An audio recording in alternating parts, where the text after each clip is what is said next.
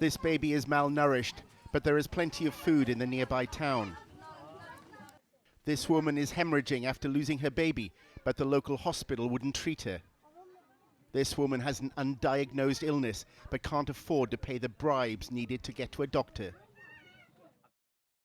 These are the stories of the Rohingya of Western Myanmar.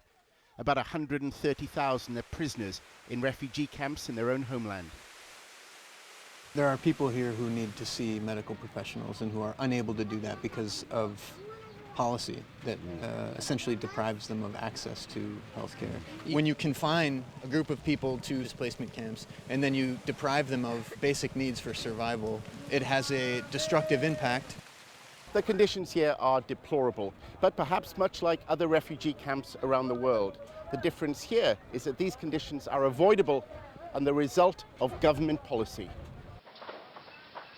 In 2012, violence erupted in this region of Myanmar, forcing the Rohingya to flee to camps. Their homes were burnt and bulldozed. While they were born and brought up here, the government considers the Rohingya illegal immigrants from neighboring Bangladesh. Myanmar's president, the former General Thein Sein, has said that those who can't produce documents proving their ancestors lived here more than 60 years ago should be placed in camps or sent abroad. For most, it's an impossible task. It was a time when few had any papers.